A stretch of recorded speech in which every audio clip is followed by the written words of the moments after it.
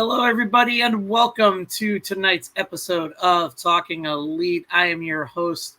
There we go. Now, much better. Adam Glexy, the bearded bruv. Thank you guys for joining us tonight here on your Thursday God. evening.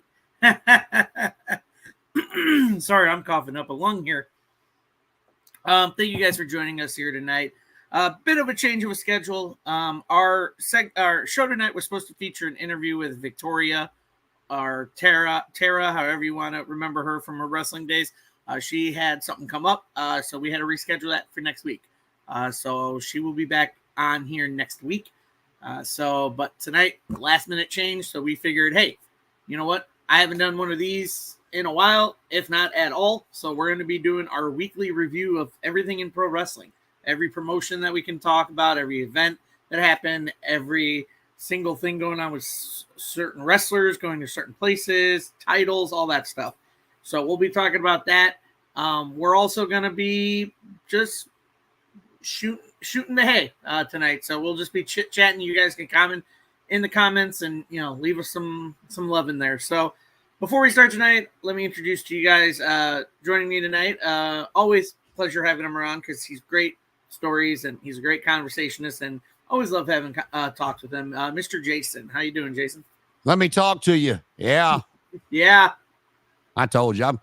It's been a couple of rough weeks, man. So try to get out of this mood that I'm in and see if I can keep myself entertained as well as you. And I signed into the comments so I can talk to you fine folks as well.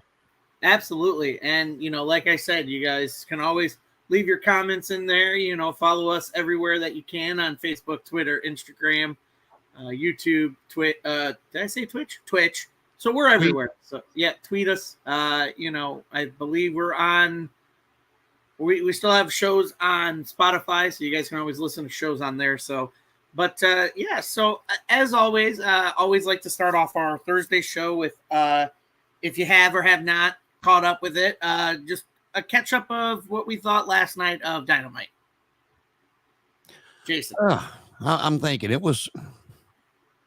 I'll tell you what I said I wanted when they started the first match. Yeah, I mean I've made it very, very clear that I'm not a big Hangman fan, and I actually said this to my fiance last night. He's an old Virginia boy. We could probably drink a beer and have a good time together. When I say I don't like somebody, it's their character. And people are like, what'd you? They take it so personal. It's like I don't know the guy to not like him personally. It's just how he portrays himself on TV. I think he's just rather boring. I always have. But that's my opinion. A lot of people like him, and that's fine. I wasn't real sure how they were going to go last night. I really thought with the whole Swerve thing that they would let him win. I thought he was going over, and the old school fan of me wanted to see Nigel McGuinness get in the ring and start laughing at Danielson for losing, and maybe set that up if he's able to go one more time. But Danielson won, and I'm okay with that. I mean, it'll be a good match with him and Swerve. I just thought the story would have been better with Hangman. But all good. And I will say at the end of it, they got me at the end. I said at the beginning of this tournament that Mariah May would win to set up her and Tony at Wembley. But I thought it would kind of go the other way because Tony comes, I know the fans cheer her, but she's got that heel persona that she likes, I'm better than you, blah, blah, blah. And I really thought that once Mariah won the tournament, it would have been like, oh, we can take the night off. We can do this. We can do that, because now it's just you. But, like I said, they got me on that one last night. But I'm looking forward to that. And overall, it was a decent show last night. I mean, I was happy with them letting the women main event opposed to Hangman and Bryan Danielson. I'm always happy to see that, especially when they deliver. So, I'll give it about a 6 out of 10 for last night. Yeah, it was definitely a good show. The opening match and the closing match and the closing moments definitely were a high point to it. I did enjoy it, and yeah, like I said, I think the build up. I knew from the start the way that they paired up Mariah and Tony. I said this is going to end up in a match between the two of them, but who is going to play the heel? Who's going to play the face? We'll see how that goes. And yeah, I'm on the same boat with Paige. It's just they've given him these opportunities to kind of be that star power and be in those main events and those title matches. And I don't know, there's something about him that he just keeps dropping the ball for me. And I don't know why, but, he's given these opportunities and, he can't really pull them through. And, I'm sure there's a lot of people out there that kind of want to see Paige, do right and actually, make it happen. But, besides that, we'll get more into Dynamite here in a little bit. Because, like I said, it's going to be on our list tonight of topics we're going to be talking about. And, to kind of switch gears here, we're going to start off with the other company, WWE. We're going to start off with them this past weekend. They had their annual Money in the Bank pay-per-view from, I believe it took place in... It was Toronto. It was Toronto. Yes, it was in Toronto, Canada. I knew it was in Canada this weekend. I just couldn't remember what town. But yes, it took place in Toronto, which is crazy because they were there and AEW was there this week too. They were also in Canada this week. So we're gonna go ahead and start off talking about Money in the Bank. I don't know, Jason, if you got to see highlights from that, got to watch the whole pay-per-view. It's one of those things, like I've told you before, I watched it, but I was kind of doing other things and would kind of perk my head up at certain aspects of it. Right. And from what you can surmise from what you saw from certain aspects of it, what are some of the things you can really take away from this event? What stuck out? Were there certain matches, certain moments? Like what really stuck out to you for the Money in the Bank pay-per-view? I thought the women's match stole the show. I thought it was by far the best match on the show. The main event, the 6-man, was predictable to me. I told my fiance at the beginning, I said, by hook or by crook, however they do it, Solo needs to be the one to pin Cody so they can set it up at SummerSlam. And that's what happened. I thought Punk would actually interfere with Drew in the actual ladder match, and they would put that briefcase on somebody else. I'm like a lot of people. They kind of wasted the briefcase with letting Drew win it and do it that way. But I'm not a big fan of the cash in sometimes. I mean, there's been some really good ones and other ones that just were very lackluster. So, if they didn't feel like they had a good story for the briefcase, then I'm okay with the way they did it because it still, kept the title off Drew and set up CM Punk and Drew for SummerSlam. Everybody's talking about the botch for Damian Priest. And I'll tell you what that reminded me of, except, old school referees would count that 3 count. You can go back and you can find an old Ric Flair Barry Windham match from years ago after Flair had come back from the WWF, and Barry was he had the gold belt, but it was the international world title at the time because they, after Flair left, they had created the WCW world title, and they had both of them still around with the big gold belts associated with Flair, and they had a match, and Flair had Windham in the figure 4. The gimmick where they lean back and the referee counts 2 because of the pain, they pop back up, and Windham just didn't set up in time, and the referee counted 3. And you saw the look on everybody's face, including Flair's, like, what the hell just happened? But, the referee counted 3 in that spot. And that's what they were supposed to do back then. It was on the performer to kick out when they were supposed to. So, I mean, you take that away. I mean, it's that match, it was a good match other than that one spot, whether it was a cue on the music when it was supposed to happen, it did 400 different reasons, or he just could have had brain fart. I mean, shit happens. Well, other than that one spot, I thought it was a good match. And I kind of wanted to see Seth win that match just for the story of him having to leave the Judgment Day. But, for the wrestling purist in me, I would much rather see Seth versus Gunther at SummerSlam than Gunther versus Damian. I like Damian. I like the push he's getting. I hope it elevates him. He's kind of, he doesn't seem like the star power champion that Seth made that belt into when he got it. But, he's had it, 4 months now, 3 months, whatever it's been. You got to give him a little time. It's his first title run. To see, Flair's first title run was kind of lackluster. That's why they took it off of him so quickly before he got it back at Starrcade 83. But, overall, it was a decent show.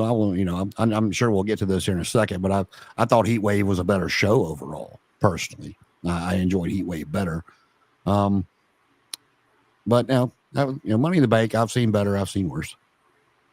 Yeah, and I was going to ask you that. You just mentioned Damian Priest. How do you feel about his reign so far? I know he's only had the belt. I'm looking at the reign now, just over 90 days. So just over 3 months. How do you feel? Is he really making the title good? I don't know. It's hard to say. It's kind of like, with Adam Page too, as well. Is it the performer or is it what they're being given to go do? Because every match Damian's been in with that title since he won it, there's been some kind of screw job finish. He hasn't been over clean since he choke slammed Drew and got the title after, at WrestleMania. So the booking has made him look weak, in my opinion. And you saw the look on his face. I thought he sold that pretty well after he got the 3 count on Drew at Money in the Bank. You saw him sell that look of, oh, here we go again. Yeah. And and I don't see him doing it because of how much they have pushed Gunther. But it would go a long way for him to go out there and pin Gunther clean at SummerSlam. But I just don't think that's going to happen. Right. Speaking of someone else that had a spotlight on him, I guess everyone could say that they had the spotlight on him in his match you just mentioned. I agree.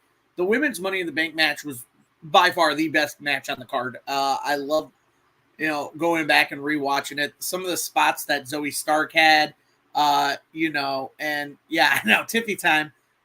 Even that spot at the end of Chelsea going through those 2 tables on the outside, that was just a crazy spot. And yeah, Tiffany Stratton shot to the moon. I figured we all knew that girl was set up for bigger, better things on the main roster. So where do you see this opportunity for Tiffany to kind of cash in that Money in the Bank contract for the women's title? Where's the opportune moment do you think she takes it? Hopefully, if I was booking it, and this is just strictly for my own benefit, so some people may like it, some people may not. I like Bayley. I always have. I think she's underrated, but she got her WrestleMania moment. She, to me, is kind of in the same boat as Damian. She's been very lackluster as champion since she won it. They've made Nia Jax look like a complete beast since she returned. And with the whole thing between Tiffany and Nia, I would put Nia over at SummerSlam and then have Tiffany, do the Mariah May and turn on Nia and cash in and take the title out of SummerSlam. That's what I'm hoping for. Yeah, no, I think that, and just the way that, Nia is kind of buddy with Tiffany, I think that would be great. That just see Tiffany celebrate with Nia after winning the title and just boom, hit with the briefcase, beat her down a little bit, cash it in and win, or, maybe they do pull a swerve and have Bayley go over Nia, but Nia beat her down and have Tiffany cash in after the beatdown. But I do kind of see the opportunity of where they let Tiffany Stratton cash in at SummerSlam. I don't think she's going to be holding it for very long at all. And, but I do like the opportunity they've given Tiffany Stratton. She's very athletic. Prettiest moonsault ever is probably one of the coolest moonsaults I've ever seen. There's another match on the card, and I'm kind of indifferent on it because it would have been the right time to pull the trigger. And we'll talk about it too when we get to Raw. But Sami Zayn and Braun Breaker. Braun Breaker is in just a league of his own right now with the way that guy's speed is in the ring, his monster persona. Do you think they dropped the ball on not putting the title on him at Money in the Bank? I did at first. I did. And, he actually, when he, going forward to Raw, the way that match was set up at Money in the Bank, the way I watched it and took it was, he pretty much dominated Sami Zayn except for a few parts of the match. And it was a few parts of the match where the veteran was able to get out of the way, anticipate what was coming, quickly hit his finish, and get a quick 3 count on Braun. And I was kind of like, really, did we just do that? But then we fast forward to Raw when he come out and said, you beat me. He just, I have no reason to come out here and ask for a rematch, which is what I criticize AEW for all the time when they beat somebody flat like that. And then he speared Sammy out of his boots, and continued to beat the dog shit out of him for for a couple more minutes. And, just where he doesn't deserve a rematch. He already said that, but Sammy's going to want him back in the ring, and he can say, well, I'll give you a match, but you got to put the title on the line. So, and they didn't, one thing I've always criticized WWE for, and you can go back as far as I can remember that they always did when TV became a big thing, was they would always shit on people when they were in their home country, hometown, making JR kiss Vince's ass in Oklahoma, for example. They never gave their superstars the big homecoming that, you hope they get and, feel they deserve. So they let Sammy go over in Canada, And I think they set it up perfectly to put Braun over next time. Now, if they don't put Braun over next time, then we're going to have a completely different conversation. But the way they did it from Sunday to Sunday, I didn't like it. Monday, I was like, okay, all right, I can get on board with this. Right. And like you said, we won't touch much on it, but yeah, the 6-man tag main event it pretty much went the way we thought it would, with the new Bloodline winning and, Solo pinning Cody to set up SummerSlam. So did exactly what it needed to do. And Jacob looked like a beast. Oh, absolutely. Absolutely. So, I mean, with all that said about that pay-per-view, overall, what would you give Money in the Bank as a review for you? Like I said, I've seen better, I've seen worse. So let's go. What's that? A 5 out of 10.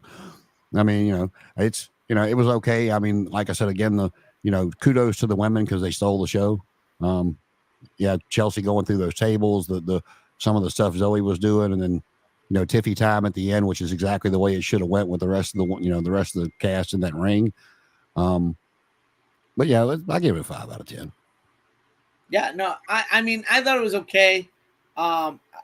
The women's match and the whole situation with the world title kind of intrigued me. So I mean, I'll give it a little more than you did, but I'll give it a 6.5. Again, wasn't the best Money in the Bank. To me, the best Money in the Bank is still 2011 of CM Punk walking out with the title after beating Cena. I think that one is still the best one I've seen in a long time. So we move on to that. We move on to Sunday. Wait 1 second. We didn't talk about the biggest thing that came out of Money in the Bank. John Cena announcing his farewell. Oh yeah, let's talk about that. I almost forgot that. Yeah, give me your thoughts. Generational talent that he's been around since 2002. And what are your thoughts over 20 plus years now in WWE announcing his retirement tour next year? Triple H said it best in the press conference that he's earned the right to kind of do whatever he wants to do. I think Cena being, not only a star, but you can definitely tell he's, whether people liked his work or not, he's very knowledgeable of the past and old school. He's very respectful to the past. I don't think he wants to break Ric Flair's record personally. If he does, they'll let him do it. I mean, whether it's the world heavyweight title or the WWE title, if he goes to the office and look, man, I want to be remembered for 17, they're going to let him do it, even though Flair won it like 23 times and 16 get recognized. But, you love or hate Cena, CM Punk for me, I mean, I knew who he was before he ever came in, to going down to their developmental and then coming up to the ECW brand because Paul Heyman warned him. But the story with John Cena put him on the map, the national map, the winning the title and leaving, and then Cena winning the tournament and coming back and facing Cena to unify those two titles. And I can't remember the last time Cena won a match. So every time he keeps coming back, he's doing the right thing. And he's taking that star power he's gained over the years and he's putting the younger guys over. Correct me if I'm wrong, but I swear to God, I think that was the first match Solo's won since he beat Cena 6 months ago. And, so kudos to John. He said flat out that this is it, that he's not going to be coming back. The Jorts are going to be retired. That he definitely wants to stay around and help, but he's going to, from now on, once it's all said and done, that you won't see him in gear. He's not going to, do the run in to get beat up. He's not going to referee. If you see him, he will be in a suit, and he still wants to help the company as much as he can. And, he's once in a generation, so we'll, the 5 moves of doom, but, the man could, he kept you, whether you cheered him or booed him, he never came out to crickets. And, I was not a big John Cena fan, especially when, the whole, it went from the FU and the STFU to the attitude adjustment and just the STF. And I know that wasn't him. I know that was more of a company thing, but, he's kind of this next generation of, your Flair, your Hogan, your Shawn Michaels, now Cena's leaving. So, will Roman be the next one to be remembered that way? Roman had a great three-year run, and when him and Heyman come back, it's going to be a huge pop that I can't wait to see. But, Roman has not had the 20-year run of a John Cena, and that's what people need to take into account. It's like Steve Austin, as hot as Steve Austin was, I think his whole career was less than 10 years. From the time he started in world class to him blowing up in the WWF and then retiring. I think that was right out of a 10-year span, maybe 11. But it's for Cena to be around as long as he has been, and you really don't have you really don't hear anybody say anything bad about him. So kudos to John, and I'm going to enjoy this last ride.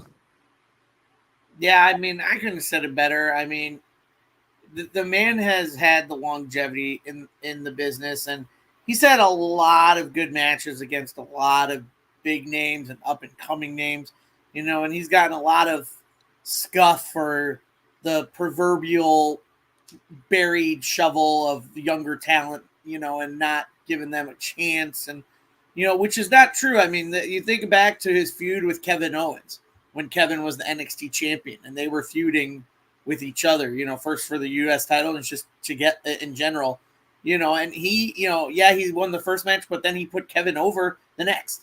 That's someone that he thought it was like, all right, this guy's good. I mean, and then look at his match with Solo.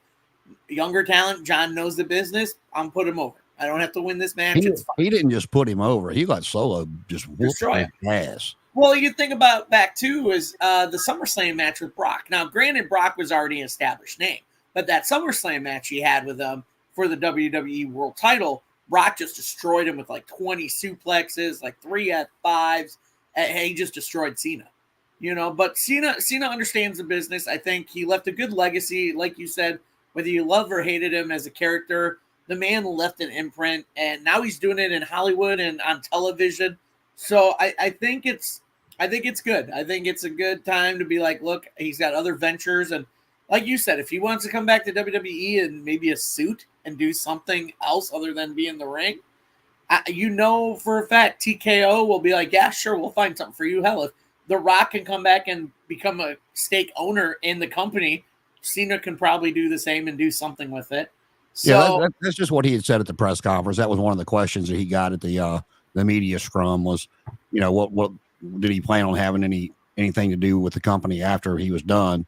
And he said, yeah, absolutely, because he loved it and he'd been there so long. But he just said that once his last match was final, that you would not see him get physical anymore, period. Right. So, yeah, no, hats off to John. Thank you for 20 years of Thugonomics, the AA, the FU, the Edge feud, all that stuff. So, I will tell you, as many funny lines as we've heard John spew over the years, I think my favorite one was the one with Roman Reigns when Roman got tongue tied and he's like, "Look, kid, it's a promo. You got to learn how to do it sometime. Get with it. I'll wait." I was like, "Oh, yeah." So, yeah, but yeah, no, absolutely. Moving on now. Now we can move on to Sunday, which to you, in your opinion, you said was the better showing for WWE this weekend, which was Heatwave, also taking place in Toronto for the NXT brand. A lot of good matches there. I think everybody on that brand did very well. There wasn't a single match that wasn't too bad. And, granted, there was only one shocking win. And so I just want to get your thoughts on that card in general, what you thought of Heatwave. Well, the tag team match I thought was phenomenal. I'm not a big fan of Chase U, but that's one of the Chase U and the Tony D'Angelo family are the two gimmicks left that have survived from NXT 2.0, which was god awful. It's two of the gimmicks that I just don't think will make it on the main roster. I mean, I love Sol Ruka. I think she's athletic as she can be, and her finish is amazing. But I just don't think that Surfer character would go over on the main roster. I don't think a Don, mob type character is going to go over on the main roster. And I don't think a university is going to go on the main roster. But so there's some things that they still do that I don't like. But, we was talking about Adam Page earlier, but you talk about some of the stuff they have done. I mean, like I said, is it Adam Page that isn't coming across well, or is it what he's being given to do not coming across well? Because even though Brian Pillman Jr. hasn't, won a title per se, he still comes out and he's interesting, and they make him look like a star. His entrance, his the way he's presented, when he loses, the only one that's really dominated him was Obafemi, which he's dominating everybody. And you also look at Ethan Page, when you talk about the shocking win. I just, I like the way they did it. They put the belt on Ethan Page in Canada, and Trick didn't look bad. It didn't make Trick look weak, and it definitely gave Trick a reason to ask for a rematch. He wasn't pinned. He wasn't submitted. Javon Evans was the star of that match. And it goes to show you, it's like what I said about Tiffany Stratton when her and Becky went at it before she got called up to the main roster, and they had those good matches they had. It was, Javon Evans is still young, but not only can he perform in the ring, it shows he can listen to veterans like Shawn Spears and Ethan Page to make the match look like it's supposed to go. He's not out there trying to say, I know more than you do. He's following the lead of the veterans, and they're letting him get his stuff in. I like the way they did it all. I wasn't surprised by the women's title. With Lola Vice, I like Lola Vice. I like her little Miami Vice gimmick and her music and her videos. I think she's decent in the ring. Roxanne Perez. I mean, I've not a big fan of hers, but she's kind of doing her. When they turned her heel, they did it to fill that void that they had given to Cora Jade when Cora Jade turned on her as the resident mean girl.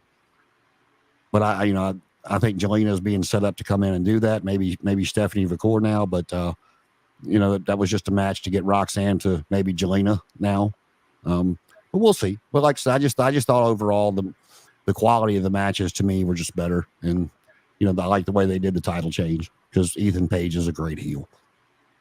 Yeah, I agree. I think the pay-per-view was good. I mean, shocking to see a lot of titles, retained, but not necessarily. They don't all have to change hands. I mean, it's not much of that. It's just the showcase of the athletes. And I'm with you on there. I think every time I watch Sol Ruca wrestle, she impresses me more and more. I love her Soul Snatcher finisher. I think it's the coolest thing I've ever seen. Yeah, every time she does it, I'm just like, oh. Yeah. It's almost like watching Tiffany doing the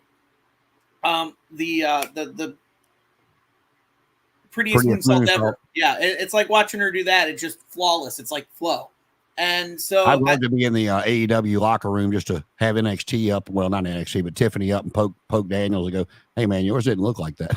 Yeah, yours doesn't look like that. But yeah, no, I think it was great. Yeah, I honestly thought that Chase U, they have something going. They continue the story with them, and there's always something going on with them. Whether it's and I love Thea Hale. I do. Oh, I do too. Yeah. No, I love her character. She's meaner. I think after that little storyline friendship she had with JC Jane, like it changed her, and her character's still like that. I'm cool with Chase U, but I'm also the goth preppy girl. I love it. She's meaner in the ring. So yeah, I think Lola Vice is definitely coming up. I think what they got with Roxanne Perez, like you said, yeah, they had to fill the void of that heel. After she won it from Mandy Rose, and then she got let go, and then she joined with Cora Jade, and Cora Jade turned on her, and then she gets hurt. So they really needed to fill that void of the heel and as a champ, and I think Roxanne does that. And she's had some really good matches back to back lately. She had that match with Jordynne Grace, and then who was it before Lola? It was I'm pretty sure Jordynne Grace was before Lola. I'm pretty sure that was the last. No, that's what I'm saying is I believe it was Battleground. She wrestled. I'm trying to see here. It was Jordynne Grace. So it was Jordynne Grace, but then I believe she wrestled Laura Valkyrie for the title before that at Stand and Deliver. I want to say that's who it was. That's who she beat for, wasn't it? Yes. Because Lyra Valkyria had beat Becky, and then Roxanne beat her. Yes. So yes, it was Lara, then it was Jordynne, and then it was Lola.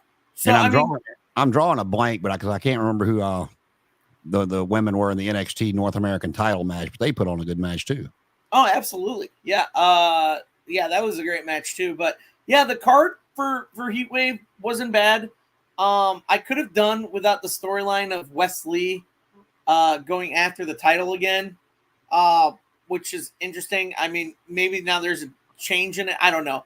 And then, yeah, the main event, Ethan Page, just a few weeks, month into his reign in NXT, and he's a champion, and it was great the way that they told that story between, Trick hitting the trick shot on all those guys, Sean falling out of the ring, and then him hitting it on Ethan, but Sean pulling him Trick out of the ring to stop him from the pin. And just Ethan's smile at the end, and just like, the man was born to hold a title and make something of it. And the man deserves it. And I want to say this personally is I don't think it's a sly at AEW. I think it's just NXT and WWE seeing some potential in Ethan Page. It's like, this guy's been around for a long time. He's a veteran in the sport. So let's give him a run here and see what we can do with it. Well, speaking of Ethan Page, I don't know if you saw it today, but apparently WWE is like hot and heavy after Josh Alexander. So whether they'll put them together or put them apart, I would be very interested to see that. And, you go back to the North American title match with Wes Lee and Obafemi. I like the match for the simple fact of it closed the chapter on that and lets both of them move on, which we saw Tuesday night with Wes Lee, because he had, when he left, he was champion. He had to give it up because of his back. And, since he's been back, he's not had a one-on-one match with that monster. And, he got his moves in, with the quickness and stuff, but they still put Oba over as a very strong champion. So the way they did that, they gave him his one-on-one. And, basically kind of like what I said with Braun for Monday night, he went out there Tuesday night and said, I lost. Now what? And so it closed that chapter with it without him being able to come back later and say, well, you never beat me one-on-one. So. Yeah, no, absolutely. And yeah, I know everybody is high on Josh Alexander. I mean, me included. I praise the guy.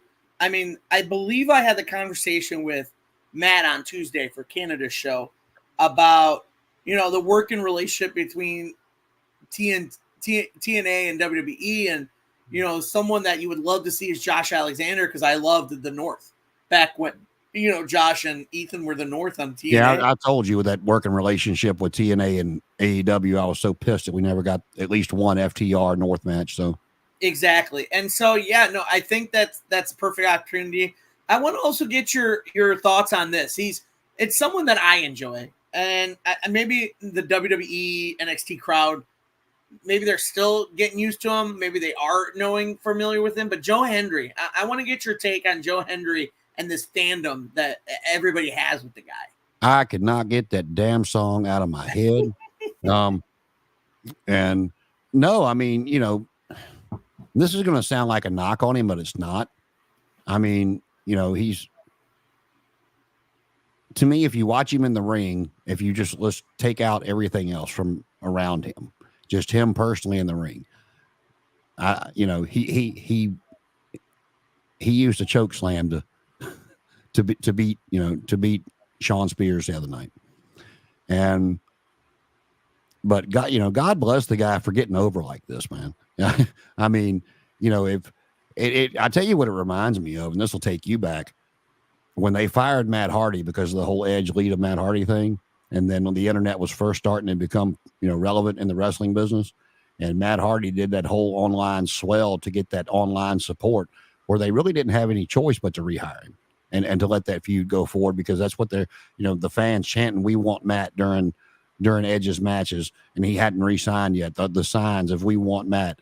And even though it's a different circumstance, it's kind of the same to a point, because he's used his theme song. I actually saw an interview with him. I think it was with Chris Van Vliet, but they were talking about his entrance song, and they asked him, was it intentional? He said, "You damn right it was." He was, out of character. He was talking normal. He said, if you watch the video, he goes, we did some research. He said, "I didn't have a lot of money to spend, but I hired some researchers, and they found out that what wrestling fans really like is to be interactive and to be able to do things, and to be included as part of the show." He goes, "So when I went and did my theme song," he said, "if you watch my video screen," he goes, "I'm showing them what to do, when to do it." And he goes, "And it works." And, like I said, God bless the guy. He's not, he's not in bad shape, but he's not, he's not cut. He's not, he doesn't look like something outstanding. He looks like, honestly, to me, he looks like your normal, average, everyday, medium-sized guy. He's not big. He's not small. He would have been a tag team wrestler back in, the 80s or 70s, kind of where, he would have been body-wise. But, like I said, God bless you for doing it. I hope he continues. I love stories like that.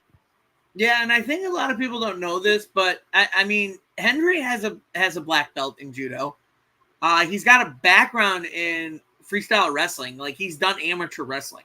So coming up, like it's almost like he was either born to do MMA or born to do professional wrestling, one way or another. And I think a lot of people don't give him the credit he deserves for kind of becoming his own character and getting this following. It's kind of like I'm going to say this. It's kind of like a Danhausen.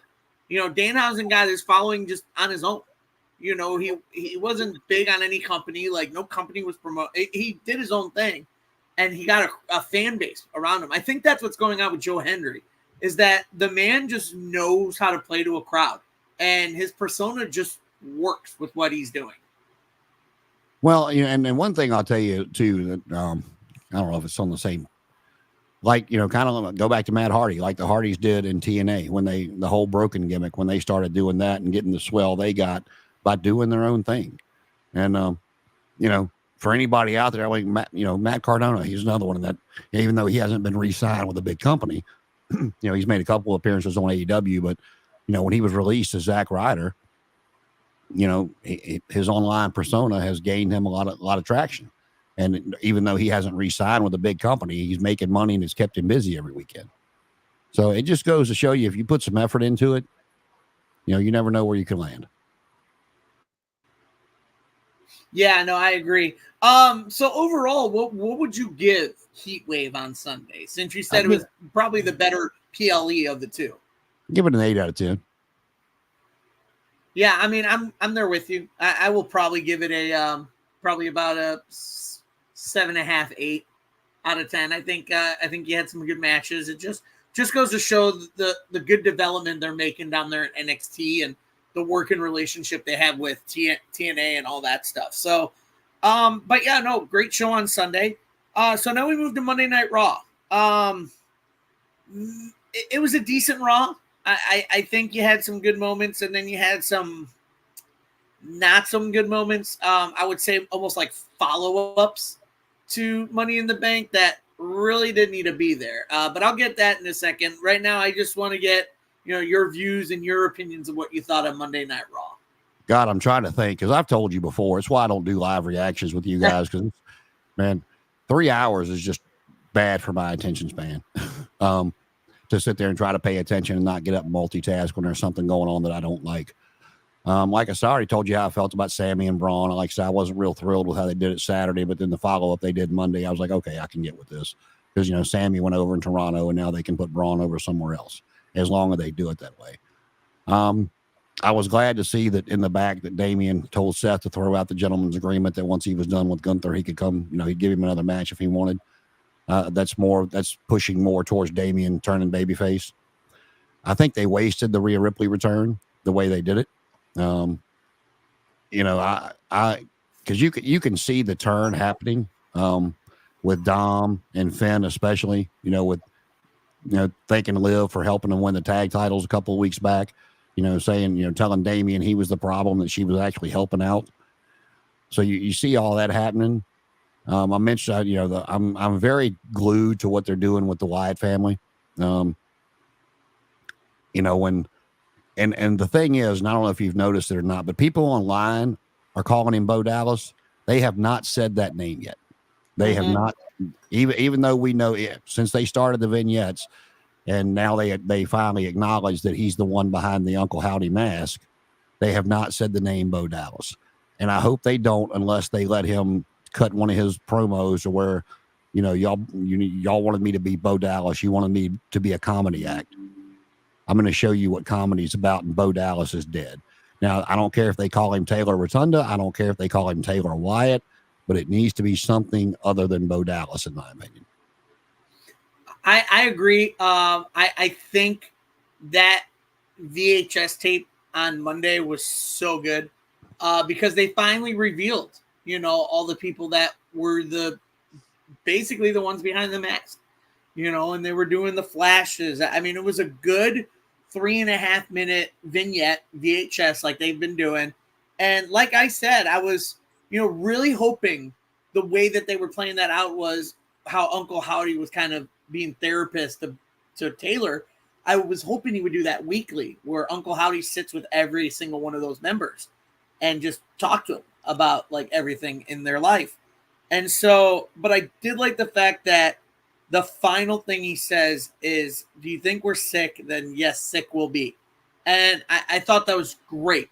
And the coup de grace of that is just right after that, the whole Adam Pearce talking to Chad Gable about the group, and then you see the door open, and who's in there? Taylor. And he's got that grin, and I loved it. I will say this, that the rumor match is, him versus Chad Gable for SummerSlam. And I want to see it, but I don't. And I'll tell you why. For that to be his first match as Uncle Howdy, like his first, because he didn't even wrestle when, he only interfered with Bray. He didn't actually wrestle any. And, they had Chad so close to, beating Gunther or beating Sami Zayn for the Intercontinental title. And the only way this gets over is if he goes out there and just squashes Chad Gable. And that's what needs to happen. And I don't want to see that for Chad Gable, but for the gimmick, that's in my opinion what needs to happen. Oh, Jason, you kind of froze there, buddy. Oh, where did it leave off at? The thing you want to see for Chad Gable. Well, no, what I don't want to see for Chad Gable is, they pushed him so good, almost beating Gunther and then almost beating Sammy for the Intercontinental title. And they built him up to here to where it looked like he was going to go to that next echelon. But if they put him against, Taylor, Bo, Uncle Howdy, whatever the hell they're going to call him, at SummerSlam, in my opinion, to get that gimmick over, it needs to be a squash match. He needs to squash Chad Gable to continue the gimmick. Gable get in a couple of good shots, maybe a suplex or whatever, and Uncle Howdy get up and kind of look at him like he's like Bray used to do, get up and look at him like, that all you got? And, for the gimmick to get over. I don't want to see that for Chad Gable, but if that's the match they're going to do, that's what needs to happen.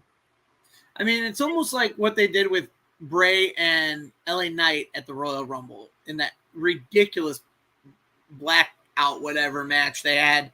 And that is so sad. That was Bray's last match. That it was his last match. But also, the way they did it was Bray controlled that entire match.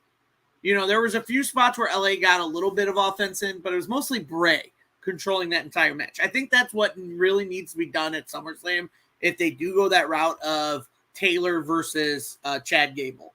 And, for me, I'd like to start seeing more integration of the Creed brothers because there was another rumor going around that the Creed brothers would join Chad Gable as a group. Yeah, they're teasing that like every other week. Right, and it needs to happen because I think that would be great for kind of a feud between those three and the Wyatt Six, like any three of those members, and I like to see more and more of the members outside of the vignettes. Like we're already seeing Nikki Cross as Abigail on TV delivering these VHSs. So we're still seeing a lot of her, but I'd like to see more presence in person outside of videos for the other members. Yeah. I mean, it's like I said, you go back, so I'm interested to see how it goes. Again, I don't want them calling him Bo Dallas. Like I said, I would be fine with Taylor Wyatt. It doesn't have to be Taylor Rotunda because they've done, they've opened that can of worms about the, being brothers and everything of that nature. So, Taylor Wyatt makes sense to me. But, like I said, I'm interested to see it. And a lot of the old school guys don't like it. And I understand why. A lot of the, they don't like that kind of stuff mixed in with their professional wrestling. But, we're way beyond professional wrestling anymore. It's entertainment. So, and you talk about, you didn't think what people were doing with some of these guys and girls, where it was a shot at AEW. And I won't say it's a shot, but I will say that they're bringing them in going, you saw how they were treated there. Look what we can do with them. I think they're doing their best to send a message with the former AEW talent they're getting to the current roster of anybody they may want. Right. And also coming out of Monday, something I still don't understand was more title shots for matches that we've already seen. For example, we're getting another tease, even though I don't think it's going to happen, another tease of Damian versus Rollins. Because they had a moment backstage where Damian, had a conversation with Rollins, and Rollins basically said, "Thank you for keeping your word, keeping Judgment Day out of our match, blah, blah, blah." And, Priest going, "You know what? I respect you. After I'm done with Gunther at SummerSlam, I'll give you another rematch. You just name the place and time." And I don't think we're going to get that. I think we see Gunther win it at SummerSlam because they have to shoot that guy to the moon. The man who held the Intercontinental title for 666 days, I believe it was. 666. Coming off the Wyatt 6. Now we go to 666. 666. So he held that title for a long time. I think they're very high up. I mean, he was a Triple H guy in NXT. So coming in the main roster, doing what he's doing, I think he's geared to own that title. And I can see some great matches with Gunther and other people for that title. That's not saying Priest has not done a great job. He's done what he had to do, and he deserved it after his showing in Puerto Rico at Backlash against Bad Bunny. But I think once SummerSlam happens, when Priest loses that title, and I'm going to say it's going to come at the hands of Balor accidentally costing Priest the match against Gunther. That's what I'm going to call right now. I can see that. Yeah, and then another one is just the whole Braun and Sammy in the ring segment of Braun still going after that Intercontinental title. So it's like, I get it, we're getting more rematches. So are we getting Sammy and Braun at SummerSlam again? And if we do, does this time they pull the trigger and put Braun over? I don't know. What do you think about the segments of, 2 times a round of matches we just saw at Money in the Bank? Well, I covered the Sammy and Braun thing, and like I said, I absolutely loved how he come out because he just looked disgusted that he lost, and flat out said, "You beat me. I have no reason to be able to ask for a rematch." I love the way they did that because, I mean, really, when's the last time you heard, especially the heel in the situation, say, "Why should I get a rematch? You beat me." I mean, that's hadn't been done in a long time, and for him to proceed and then just kick Sammy's rear end all over the place. He's making Sammy come after him and say, "Well, I'll give you that match, but you got to put the title up again. You beat me once, see if you can do it again." So that I didn't mind, and I agree with you. I think Gunther will walk out of SummerSlam one way or the other as the world champion. But the segment that we got with him and Seth, in my opinion, what it does is further his babyface turn because, like I said, if you go back and watch the end when he pinned Drew, you can just see the disgust all over his face because of the deep breath of it happened again. I needed help to win. It's all over his face. And he has said throughout his championship reign, when Seth's name come up, that Seth put the title on the map, how much he respected Seth. And the babyface turn is him continuing to say, "I want to beat you one-on-one, so I feel I deserve this title." Yeah, no, I like that. I like the segment. Again, we're getting it again, and I hope we get another decent match at SummerSlam between the two, and then they do put Breakker out there to hold that title because Sammy did what he had to do at SummerSlam, getting the baby pop and getting his his due from the year that he's had, everything else he's done from tag titles with Kevin to losing the titles to doing everything else. But to see someone like an up-and-comer like Braun kind of run with the Intercontinental title is definitely something I would like to see. Something else came out of Raw that I want to talk about because, again, I'm very high and very proactive on promoting women's wrestling. We had a women's match of Damage Control versus Valkyrie and Chance and Carter in a 6-woman match. Obviously, Damage Control won that match, but afterwards we saw the beatdown of that group by 3 women: Zoe Starks, Shayna Baszler, and a returning Sonya Deville. What's your thoughts on the group of these 3 women, beating up Damage Control? nobody's really cared about the three of those before. I mean, Shayna's best run by far was the badass in NXT with the NXT Women's title. Zoe really never got over in NXT, and Sonya, nobody's really, you know, in my opinion, cared about ever. So, and Damage Control, even without Bailey and Asuka, they're still, more over than those three. I guess they see something in all three of them. They keep trying to push them. So I'm not sure anybody's going to care. I'm going to back up real quick, then I'll jump back to the women. With Sammy though, everybody's ready for Roman to return, and it'll be a gradual build because Jimmy is now cleared to come back. So you're going to see for them to, and I don't know if we'll get to the Survivor Series or somewhere else, but you're going to eventually get Roman coming back and probably getting beat down by the new bloodline, maybe try to save by Jimmy. And then Jay will slowly come back into it. And then Jay's going to be like, I got this. I know who to call. And then, Sammy's going to come over and you're going to get the four of them versus the four of those guys. Or if the Rock comes back and you got a 5-on-4, they're talking about bringing in Zilla Fatu, who can very well, to me, it'll make sense story-wise because, Solo uses Umaga's finish with the Samoan spike, and Zilla being the son of Umaga be like, my dad didn't even like you. Why are you using his finish? I mean, there's different ways they could do it, but the reason I bring that up was they got to get the belt off Sammy to start telling that story.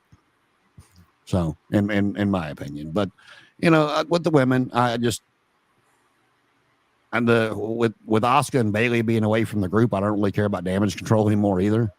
So that that would be a match to where I would probably get up and go do something else when it's a 3-on-3 match. Yeah, no, I agree. I think that was just a makeshift group that they put together with those three. So yeah, I don't know how I feel about that. And then finally, the big talk, we mentioned it earlier, the return of Mommy. Rhea Ripley returns after the main event of the mixed tag match of the tease of Dominic and Liv about to make out, and Rhea returns from her sabbatical of marrying Buddy Matthews. So, and recovering from an injury. So you had mentioned earlier you didn't like the way that her return happened.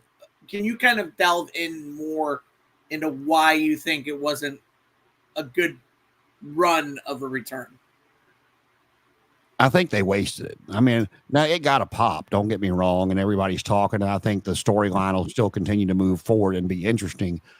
But what I was kind of hoping for, especially like the last couple of weeks with Finn talking about Liv had been good for the group and they, helped them win the tag titles and done this and done that, the rest of them would come around and, have her in the ring, giving her a shirt, getting ready to make her a full-fledged member of the Judgment Day, and Dom with his arm around her and, say, I didn't really like you at first, but, I'm glad you're here, and kind of the smile, and then hit Rhea's music and have her come out, opposed to at the end of a match like that, and have her just come in, because the place would come unglued, because they wouldn't be a match. They would have that promo time of the fans or, TV or live audience. They're sitting there, they're engorged on the storyline versus just to have her music hit, and come out and chase off Liv and kind of look like she's doing the scalded dog to Dom.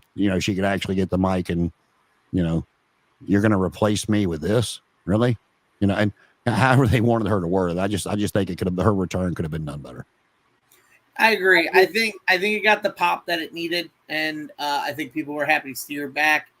And obviously, this is gearing up towards a Liv Rhea match at SummerSlam with possible control of Judgment Day. I don't know, and so I guess the rumored match I heard was Liv versus Rhea, and if Rhea for the title, and if Rhea doesn't beat her for the title, she had kind of like the same stipulation Damian had with his gentleman's agreement with Seth, was if she doesn't win the title, she's got to leave Judgment Day. Right. No, and I agree. And Deshaun has it here. He's right. It does the Rhea, Dom, and Liv. It kind of does of Eddie and China. Yeah, that kind of does remind me of that kind of love story. But yeah, so I think Raw was decent. What would you give it? What would you rate Raw? About the same thing I give it every week, a 5. It's too damn long. It is. I think 3 hours is long enough. I think the rumor is when they go back to Netflix, it's going to be back down to 2. Yeah, and they're talking about taking SmackDown to 3 because of that. And I'm like, 3. please, God, don't. Yeah, no, they're just going to switch up. Like, you might as well just keep it 2 for both shows. For me, I'll give Raw 6, just because I thoroughly enjoyed I enjoyed the Braun Ilya match. I always love Ilya Dragunov. I think he's great in the ring. I I do too, but I think I think he's going to get lost on the main roster. I think so too. I do enjoy him though, but I also enjoyed the opening segment with Punk and Rollins, kind of rehashing that kind of heat between those two. So I enjoyed that. But yeah, no, it was a decent Raw. Now we move to Tuesday, NXT, Heatwave Fallout. Say his name and he appears. So just give me all your overall feel of what you thought of NXT on Tuesday. So I thought it was a solid show. I'm trying to remember at the beginning segment when Ethan was out there and he was talking about keeping the outsiders out of as champion. He would make sure the outsiders stayed out. That's when I thought Joe Hendry was going to make his appearance, but they saved him for the main event. They're still trying to tell the story with Chase U with I don't know what the hell they're doing with Ridge Holland. I've never been a big fan of his. He's just, big guy, just kind of boring to me. Andre Chase, when he gets on the mic and they let him get upset, he's comical on the mic, but again, it's not something I think would transfer to the main roster very well. Thea Hale, I absolutely adore Thea Hale. Duke Hudson, I don't know if you remember when he first started, but I thought he was going to turn on Andre Chase a long time ago and go back to that, kind of cocky, arrogant, kind of a Wade Barrett type character is who he started as, So, yeah. NXT to me is always solid. It's just, the main event was good. Hendry he is so over. It's ridiculous. And so is Trick. Trick, that when Trick comes, the Trick's not, he's not your catch as catch can, but he's decent in the ring and he's good on the mic. He gets the crowd involved. And, for everybody that shits on Booker T's commentary, I kind of find it comical to me. So it gives me a chuckle. Yeah, I like Booker T's, like when he's talking, he goes, "Oh my," and then he goes back to stuff. I love it. And it's like really funny to me. Yeah, I think the opening segment was great. The era of ego is what Ethan Page has called it. I love that he says it's not "we are NXT" and says "I am NXT."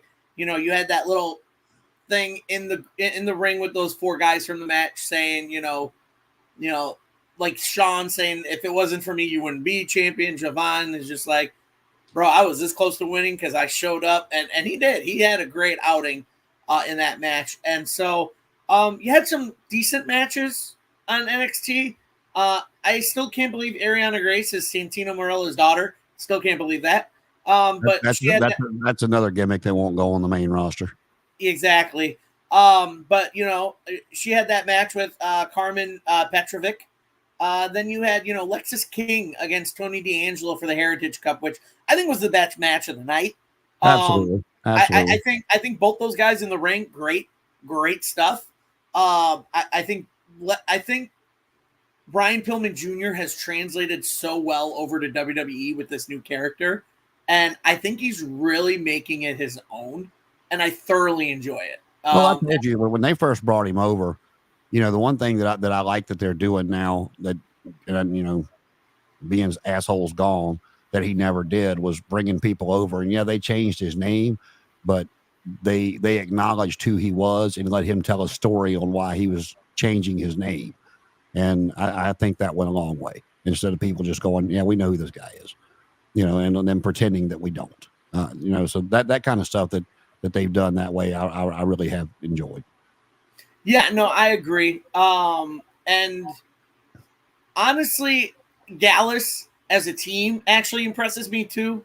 I think they're just monster beasts. They kind of remind me of when Otis and his old partner were War Machine back on the old heavy machinery. Heavy machinery. Thank you. That's what Gallus reminds me of, is that team of Otis and what I keep forgetting his partner's name. Yes, thank you. Yeah. Good old Chucky, as Otis called him. Yeah. So when they were heavy machinery, that's how Gallus reminds me of, is just brutes, and they're just beating the hell out of people. Again, you had the Wesley little segment, and then you had the surprise return of the Rascals, Trey Miguel and Zachary Wentz from TNA.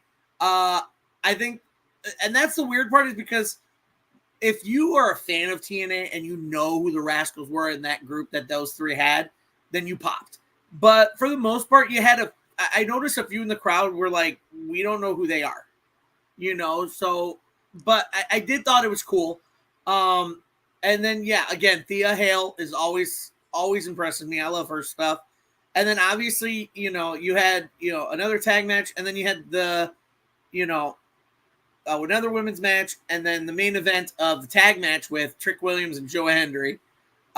So, I mean, NXT is not doing too bad. And I will say, Rad does bring up a good point here of saying right now, he goes, NXT is starting to feel like it's getting back to the black and gold era, maybe something a little different.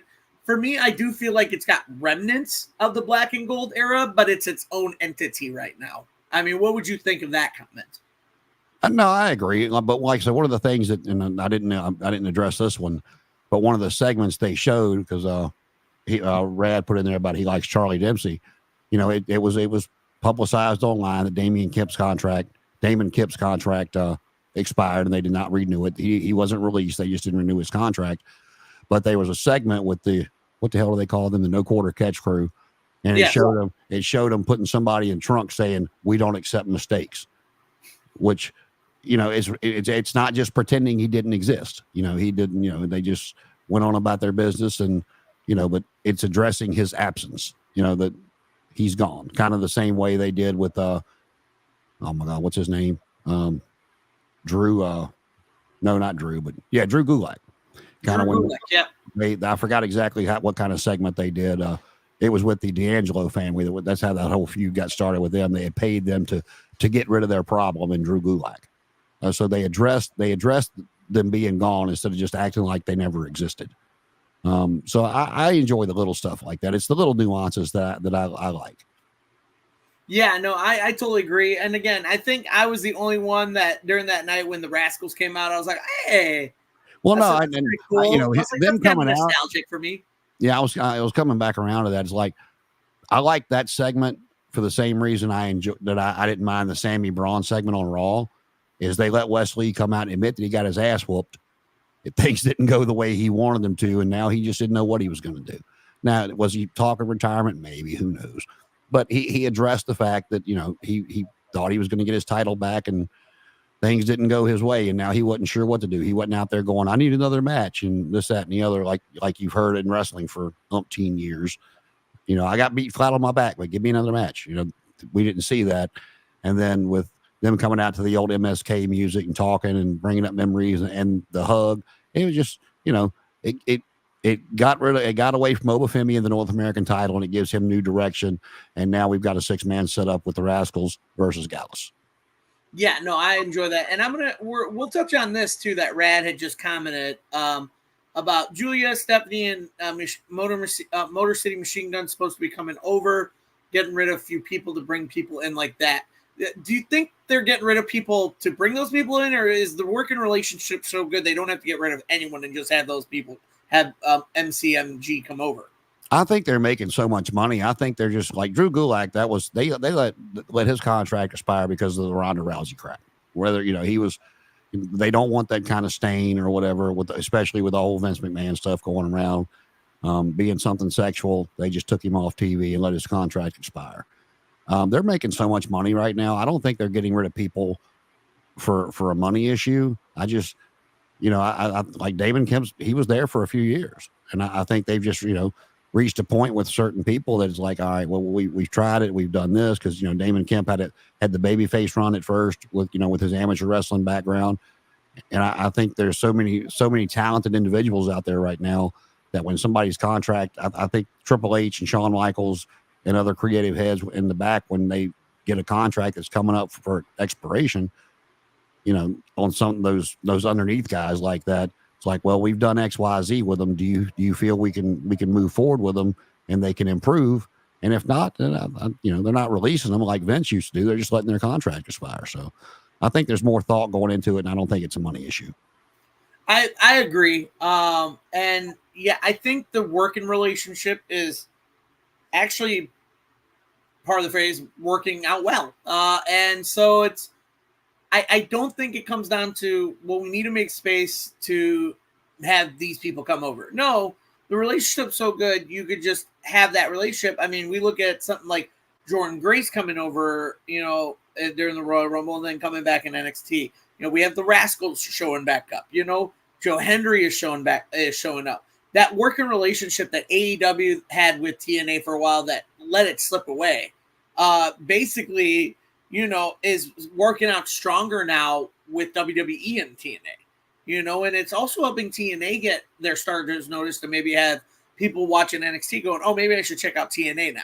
So I think the working relationship is great. That, yeah, they're at the point where maybe they just let people's contracts expire if they don't feel like they have anything for them, So, but NXT was decent. What would you give the show on Tuesday?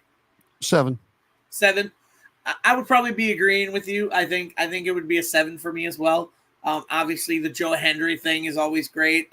Ethan Page, always terrific on the mic, no matter where he's at.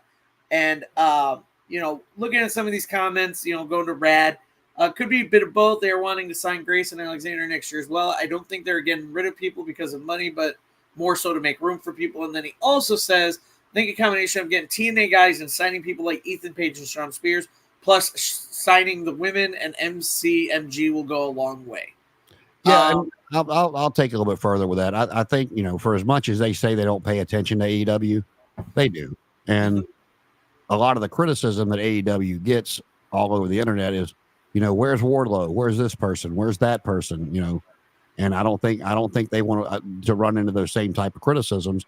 And, they're just telling people, hey, we're not going to re-sign you, but there's 400 other places you can go work. If you can go do a Cody Rhodes, if you can go do a Drew McIntyre, people like that have been released and had to go make their name on the indie circuit, you can come back to a main event spot like these guys have if you go work your way up that way.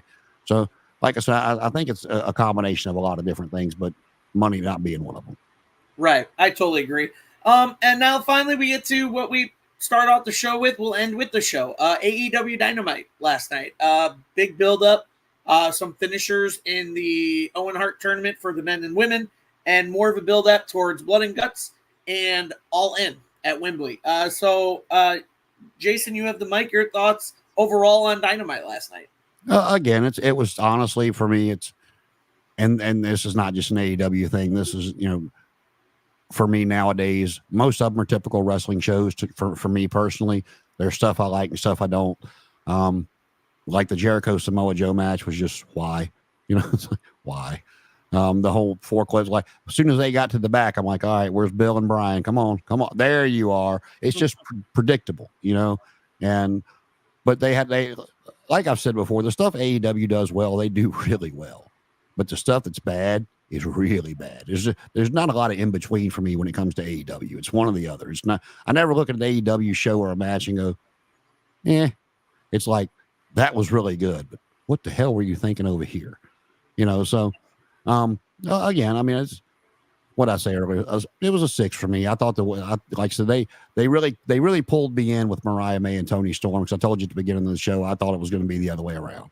I thought Mariah would win the tournament, but then it would be Toni going, I don't have to wrestle you. You're my girl. You can just lay down for me, and then we'll go out and party. And Mariah kind of gave her the look of, is that what you think?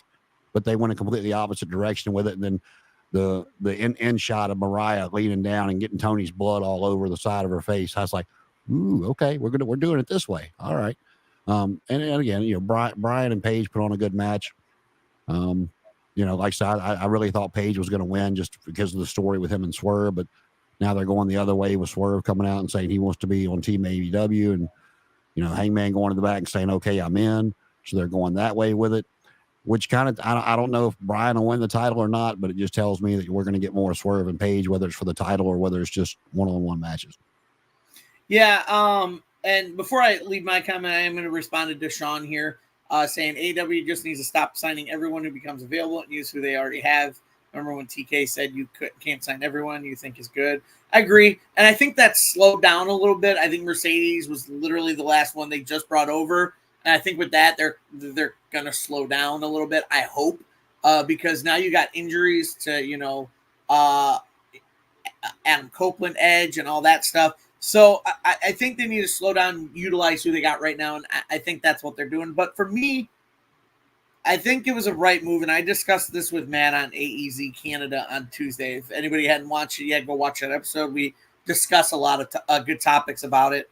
But we were talking about it with the finals, and I had mentioned that wouldn't it be great to see Bryan Danielson pull the swerve and actually beat Page? Because you think about what's going to put money and butts in the seats at Wembley, since this is Danielson's final run in professional wrestling before he retires. Are we going to sit through another Hangman versus Swerve match at Wembley that people have seen already 2 or 3 times? Or do we see someone like a great Bryan Danielson and Swerve Strickland put on a banger of a match and possibly have Bryan Danielson be the veteran he is, put over Swerve at Wembley to make Swerve more legitimate as a world champion? So that's what I discussed with Matt on Tuesday on the Canada show. Well, you can go one of 2 ways with that. I mean, I kind of put Danielson with Tony the same way I do with Cena and TKO. I think that they're going to let both of them do whatever they suggest. I mean, they'll give them, avenues to get there, but in the long, the ending is going to be whatever they want it to be. And so if Danielson wants the title one time before he retires, even though he said he doesn't, they're going to put it on him. But like I said, I can see it going either way. Yeah, I agree. And yeah, I agree with Deshaun saying about, they're doing that. Then MJF Ospreay. I feel like Ospreay just every week is more and more passionate to his promos. And I just love the guy. I think he's been a great addition to AEW. He brings a lot of good energy and the crowd seems to love him. And so, are we getting MJF and Ospreay too early? Maybe, but we never know. I always say we have to trust the system, and maybe something wonky happens to where they have a rematch at All In. Maybe MJF wins the title somehow heelishly on Dynamite, but Ospreay gets his rematch at Wembley and wins it in front of his home crowd. Yeah, or to me, you could also this whole Don Callis family thing is still up in the air with Ospreay, so we could very well be in Dynamite. We very well might get a non-finish. Yeah. And that could also set up the rematch in Wembley. One thing I'll touch on real quick, because I was going to say it a second ago and I just drew a blank, was I'm glad they turned Mercedes heel. She's a much better heel than she is babyface. She's always been a much better heel, whether she was Sasha Banks or Mercedes Moné. She just comes across as very cocky. And correct me if I'm wrong, but between Dynamite and the last pay-per-view, the biggest pops of the night was for Britt Baker. I agree. I think Britt coming back was huge. I think her being the face in the women's division when she started and just being the first women's signee do it. I mean, that's baby face power that you really can't buy. And to have this match as a dream match, and I keep talking about it because both when Britt was in AEW starting off and Mercedes was still Sasha Banks, the one thing people always said was, what's dream matches if you ever see these two companies together? And those two women were the top names in the women's division. They were like, I want to see Sasha versus Britt and see what happens. And now we're getting that. Now we're getting it under the Mercedes Moné moniker. So I think this was something that was built up, and Britt looks in great shape. And rumor has it, Jamie Hayter was backstage at Dynamite last night because they were doing their yearly physicals. They were saying she's in good shape. She's very close to returning. So I beg the question to you, do we see Jamie Hayter return at All In? I guess it's just I don't remember what her injury was. Wasn't it a leg? I think it was a shoulder. Shoulder. Yeah, that's right. It was shoulder. So to me, whether it's just the extent of the injuries, I just think a lot of these people, like Britt said, it was something neurological. So you can't never really give a timetable with something like that. But whether it's just they didn't have anything for them creative or whatever the case may be, I just think a lot of these people, when they're out injured, have been out way longer than, you would think it should be for, a shoulder injury or a leg injury or something of that nature. I don't know. If she's cleared, I would have to see the card and see what would make sense for her to return. or if they should hold that off to, maybe the following week when they do those pay-per-views back to back, because they're doing that again this year. The only logical match I can see the return is Mariah May and Toni Storm, because it was Toni Storm who took the title away from Jamie originally, and now if Mariah May is supposedly supposed to be the heel in this match, which she's going to get cheered by her home crowd, but there may be a 50-50 split, and I talked about this on Tuesday, that half the crowd could be Toni, half the crowd can be Mariah. But I do see where 2 weeks later you could hold off a return for All Out, and actually Deshaun just said it now too while I was thinking it. Thank you, Deshaun. We're minds connected. And even Jason, you mentioned All Out. So it's like within those two pay-per-views, there's good possibility of having her return, even on a Dynamite maybe. And like I said, it just depends on what the card is and what else they got lined up, because, like I said, one of the things they did that I absolutely hated a few years back was the Adam Cole, Bryan Danielson back to back, because Adam Cole was, he was hot then. He just had left, WWE, and bringing out Bryan Danielson just overshadowed bringing in Adam Cole. And you could have held that off for, at least a week, or a week or two, or even until the next pay-per-view 4 weeks later, to have, oh my God, look what they're doing. This pay-per-view week, we got Adam Cole. This pay-per-view, we got Bryan Danielson. But they just, I think Adam Cole's been handled poorly since his arrival. And so, like I said, I would just need to see the card and see where it would make sense for her to fit in. Agreed. And yeah, no, I think we're building up towards another Blood and Guts of just, that's another question I want to ask you before we start wrapping up here, as we're at the hour and 16-minute mark. Who do you see as the final three group members for Team AEW for that Blood and Guts match? How do we do? Is it all right? So what do we got? We got the Elite. We got the Elite. We got the Elite, Young Bucks, Okada, Perry, and Page. And so what do we have on the other side? Swerve and Mark Briscoe. Maybe the BCC. Maybe. Because they keep setting something up. It looks like that, Claudio is going to turn one way or the other. Who he's going to turn on, I don't know. But also you got to remember they had that segment of Darby Allin last night too. Yeah, well, Darby, that'll give him something to do. So, I'm not sure. Maybe I know. Cash is hurt. No, I'm sorry, Dax. I know Dax is hurt. I don't know how long he's out. But that would make sense to bring in FTR and Darby Allin to wind it out, to have FTR to cancel out the Young Bucks, and have that. Mark Briscoe is kind of the odd man out to me as the Ring of Honor World Champion. I love Mark Briscoe, just him coming out and declaring for Team AEW to begin with. I kind of scratched my head on that one. But I'm not sure. If FTR is able to go, I would go FTR and Darby. So for me, it could be FTR and Darby as Team AEW. Considering FTR debuted during the COVID season of AEW, they were there a year after it launched, so they were kind of already homegrown tag team in AEW. You could also go the route of the Acclaimed and Darby Allin as the final three, as the Acclaimed still have a little bit of a feud going with the Young Bucks and still have a title opportunity against them. So I would say Darby is a foregone conclusion for me. I think Darby will be part of that group for Team AEW. Get, like you said, to give him something to do. And now it's just the tag teams. It could be FTR and it could be the Acclaim. You could choose between those two tag teams because it's going to be a tag team of some sort. Because the Elite already has the Young Bucks. No, I agree. Could be either or.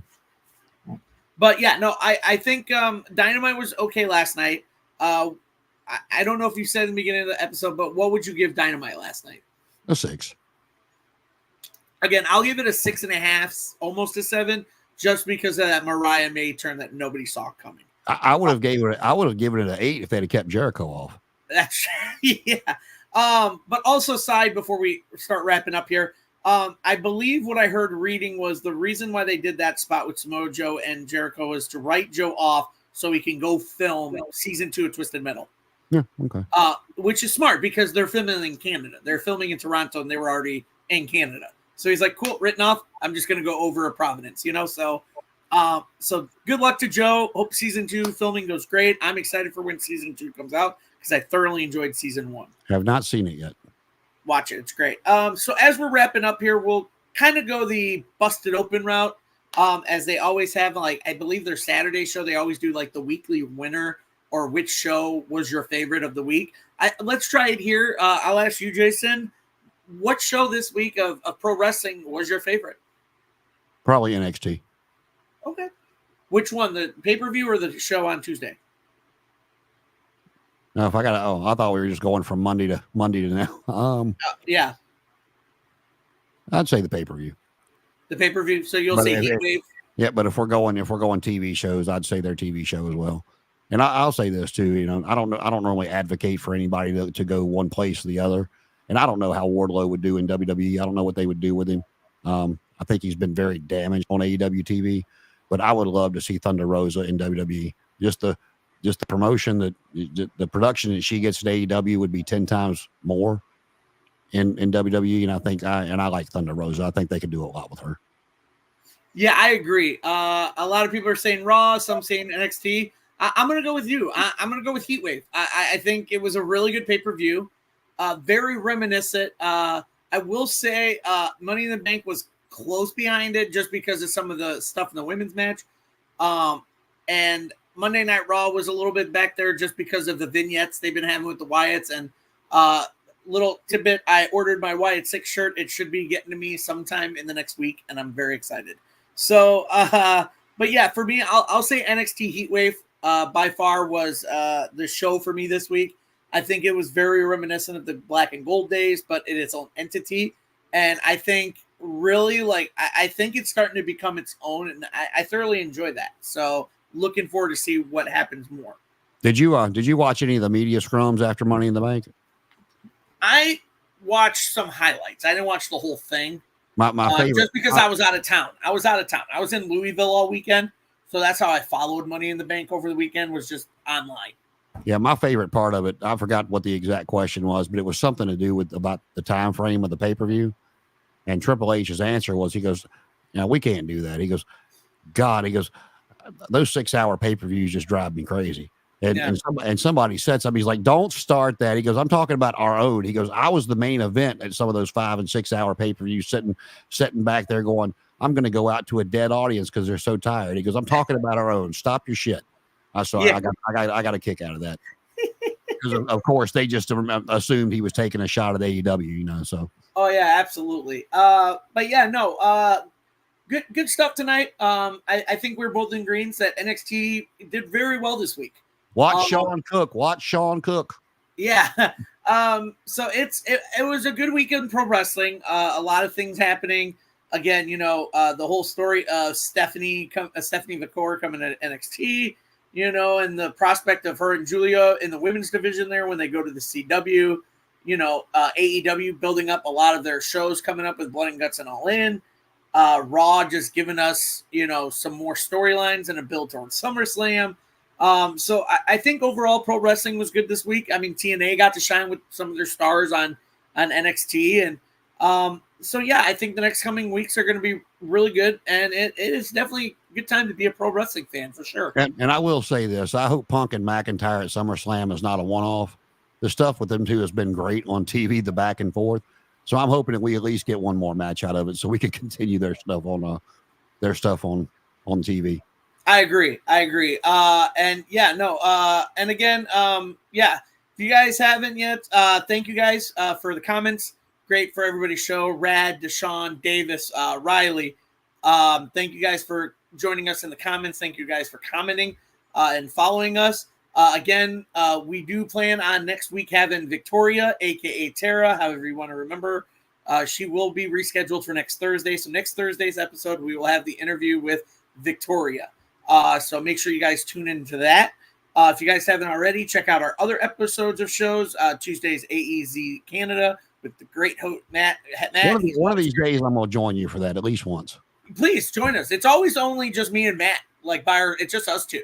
Like how you and I here on Thursdays, it's just him and I on Tuesdays. So please, if Matt's down with it, we do it at 8. It's a little later because of their time. But yeah, no, we start at 8 o'clock Central, my time. But yes, 9 Eastern. 9 Eastern, yeah. But yeah, so thank you guys for watching. Thank you guys for commenting. We always have other interviews that we have on our channels. We always have our live reactions. So make sure you guys check that out. Make sure you guys share this with your friends, family, whatever you want to do. Jason, always a pleasure talking to you on this show, man. I always love when you came on, and I'm glad you came on. Well, I appreciate it. Like I said, it's been a shitty couple of weeks, so I started not to, and I was like, no, let me try to get my mind off of it. So, always good talking to you as well. Maybe the rest of the crew will start joining us back. It seemed like we lost a few over the last few months, so. Right, and I think a lot of people get busy, so I think we'll get more and more of those people back, hopefully. Again, Danny got sick, so she would have joined us tonight, but she got sick. No, Danny's not sick. She's looking for Wardlow. She hadn't seen him in a few weeks. So is everyone else. She's on a mission. Yeah. But again, thank you guys so much for joining us. Jason, again, always a pleasure. And again, if there's nothing else, you guys, thank you so much for following us, liking us, and sharing us. We always appreciate you guys. So again, if there's nothing else, I wish you guys a good night. Nope. Good night.